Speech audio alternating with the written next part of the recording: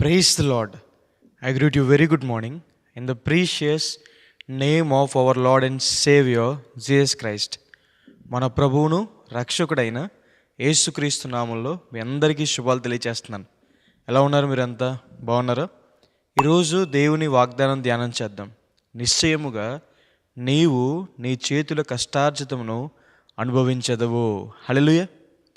దేవుడంటే భయభక్తులు ఉన్నవారికి కలిగే మేళ్ళేంటో కీర్తన గ్రంథం 128 అధ్యాయంలో మనం చూస్తాం.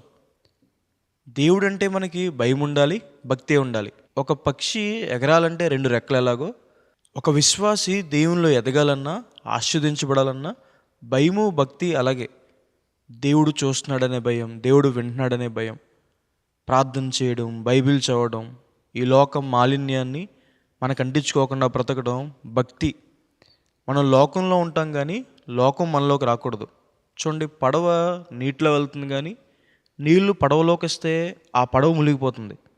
ఏరోప్లేన్ గాల్లోనే ఎగురుతుంది కానీ ఆ గాలి లోపలికి వస్తే ఏరోప్లేన్ కూలిపోతుంది.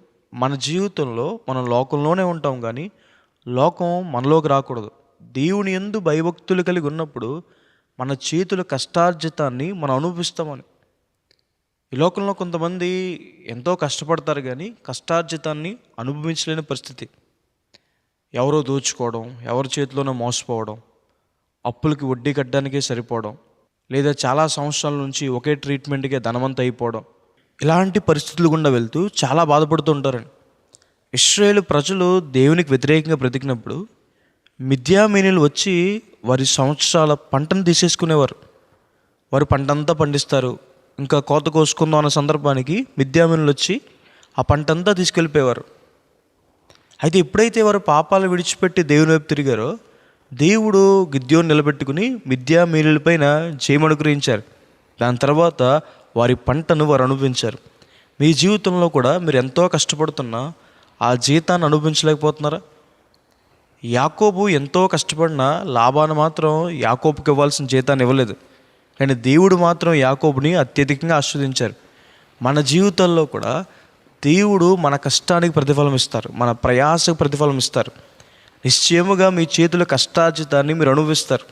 మీరు చేసే పనిని దేవుడు దీవిస్తాడు, దాని చుట్టూ దేవుడు తన కంచెను ఉంచుతాడు. నిశ్చయముగా నీ దుర్దశను నువ్వు మర్చిపోతావని రాయబడింది. అంటే ఇప్పుడు దాకా మీరు ఏ కష్టమైతే అనుభవించారో, ఏ శ్రమలైతే అనుభవించారో, దేవుడు మీ జీవితంలో మేలు చేయడం ద్వారా మీరు కష్టపడిన విషయాన్ని మీరు మర్చిపోతారని, అలాంటి మేలు దేవుడు మీ జీవితంలో చేస్తారని. యోసేపు గారు ఐగుప్తు దేశంలో ఎంతో కష్టపడ్డాడు, కానీ దేవుడు యోసేపు గారిని ఆశీర్వదించిన తర్వాత యోసేపు గారు అంటారు, నేను పడిన కష్టమంతా దేవుడు మర్చిపోయేలా చేశాడని. యోబు గారు కూడా ఎంతో శ్రమల గుండా వెళ్ళారు, కానీ యోబు గారిని దేవుడు అత్యధికంగా ఆశీర్వదించారు. మీరు కీడు అనుభవించిన ఏండ్ల కొలది, మీరు దుఃఖాన్ని అనుభవించిన ఏండ్ల కొలది దేవుడు మిమ్మల్ని సంతోషింపచేస్తాడని, మీ జీవితంలో గొప్ప కార్యాలు చేస్తాడని. నిశ్చయముగా దేవుడు మీ ప్రార్థనలు అంగీకరిస్తాడని. దేవుడు ప్రార్థన ఆలకించేవాడు, ఆయన మన మనవుల్ని త్రోసివేసేవాడు కాదని. నిశ్చయముగా దేవుడు మిమ్మల్ని చూడవస్తాడని రాయబడింది. దేవుడు కనుదృష్టి మన మీద ఉన్నప్పుడు, దేవుడు మనల్ని చూసినప్పుడు మేలు చేయకుండా వెళ్ళడానికి. 38 సంవత్సరాల నుండి బెతస్దా కోనేటి దగ్గర పడిపోయిన వ్యక్తిని క్రీస్తు ప్రభువారు చూశారు. చాలామందిని ఆయన చూశారు, కానీ క్రీస్తు ప్రభు చూడడం వేరే. చూసిన క్రీస్తు ప్రభు స్వస్థపరిచి వెళ్ళారని. హల్లెలూయా. అందుకే చాలాసార్లు నీ చూపు చాలయ్యా, ఒకసారి నన్ను చూడు ప్రభువా అని పాటలో రాస్తారు. ఎందుకంటే దేవుడు చూస్తే మేలు చేసే వెళ్తాడని.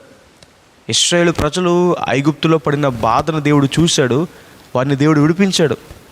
మన జీవితంలో కూడా నిశ్చయముగా దేవుడు చేతుల కష్టార్జితాన్ని మీరు అనుభవించేలా చేస్తాడు. నిశ్చయముగా దేవుడు మీ కష్టాన్ని, మీ శ్రమను మీరు మర్చిపోయేలా చేస్తాడు. నిశ్చయముగా దేవుడు మీ ప్రార్థన ఆలకిస్తాడు. నిశ్చయముగా దేవుడు మిమ్మల్ని చూడవస్తాడు, మిమ్మల్ని జ్ఞాపకం చేసుకుంటాడు.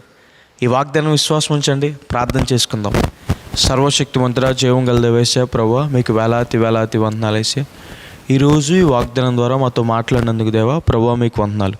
ప్రియులు ఎంతమంది అయితే ఈ వాగ్దానం వీక్షిస్తున్నారో వారి జీవితంలో మేలు చేయండి, మీ సహాయాన్ని సహకారాన్ని అందించండి ప్రభువా. ఈ వాగ్దానం ద్వారా ప్రభు అనేక మందిని బలపెట్టండి, వారి చేతుల కష్టార్జితాన్ని దీవించండి ప్రభా. ఈ చేతుల విషయాల్లో సహాయం చేయండి, చేసే ఉద్యోగాల్ని, చదువుల్ని దీవించండి, ఆశ్రయించండి అయ్యా ప్రభా. వారు పడిన కష్టాలు కొలిది, శ్రమలు కొలిది వారికి ఆశీర్వాదం దయచేయండి అయ్యా ప్రభు. సంతోషింప చేయండి అయ్యా ప్రభు. ప్రభా యేసయ్యా, వారి ప్రార్థనలు అంగీకరించండి అయ్యా ప్రభు. వారిని చూడండి అయ్యా, మీ కనుదృష్టి వారి మీద ఉంచండి అయ్యా.